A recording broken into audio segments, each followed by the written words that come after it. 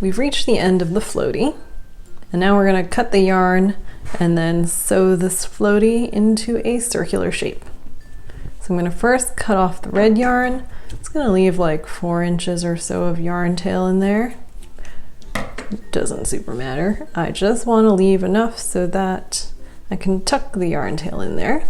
Then we're going to take the white yarn, we're going to cut it so that we have, let's just say, at least 9 inches of a yarn tail.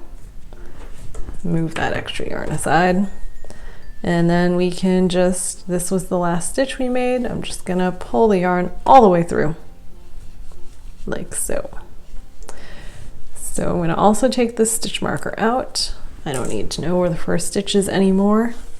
And I'm actually, before I start sewing it, I'm going to try to stuff this as full as possible, because if you don't do that, then when you sew this into a circle, you're going to see that it becomes really narrow at the ends.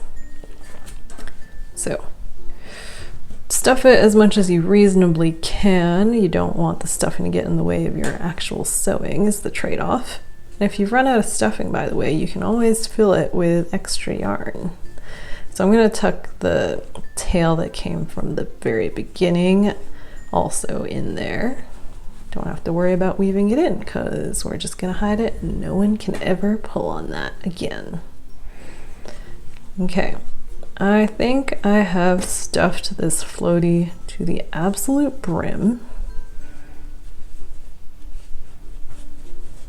while still trying to maintain that it is roughly the same width the entire way.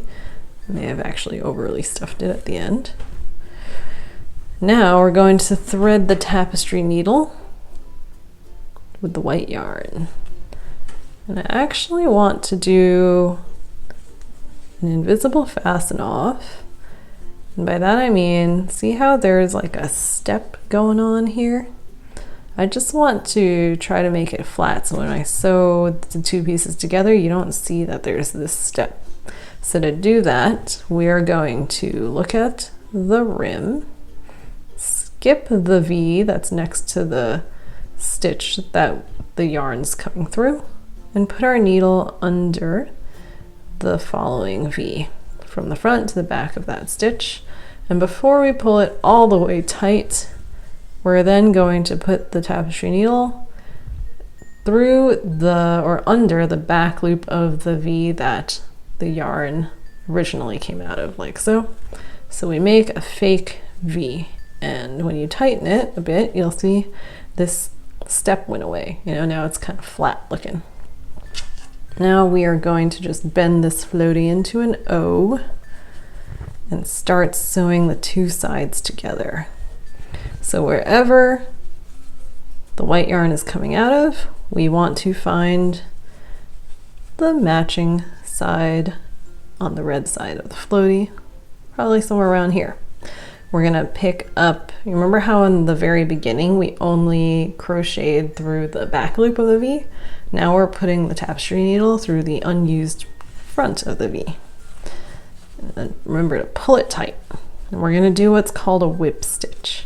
So we're just going to keep on putting the needle into the next stitch. Doesn't matter if you go left or right, but the next stitch on the white side and then the next stitch opposite it on the red side, over and over again until we've sealed the hole.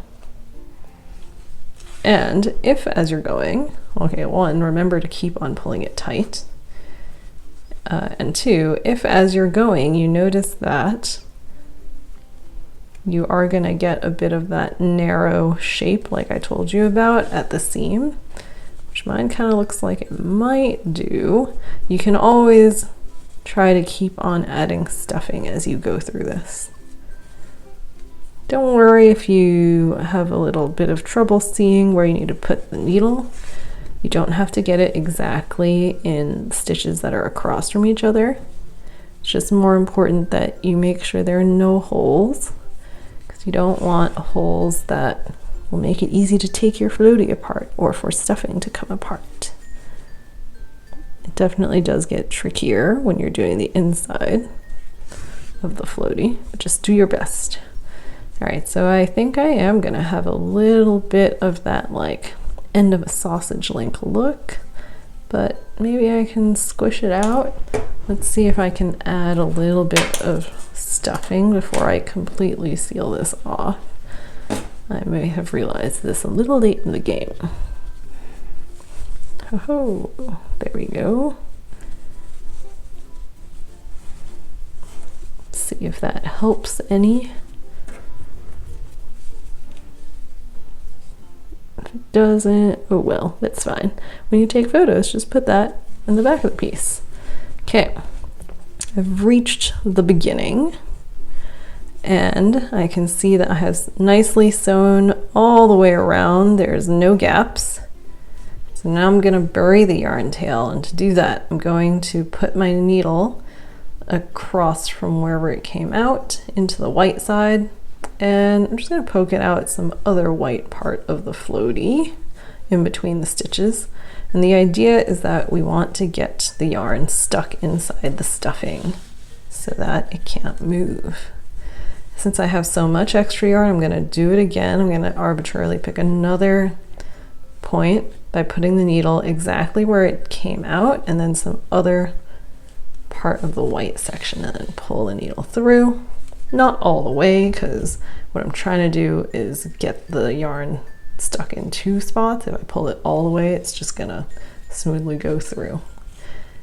Then we just hold on to that yarn and then cut it as close to the surface of the floatie as possible. And in case you had any yarn tail poking out, you just gotta wiggle your floatie around until it's gone. And here is your completed floatie.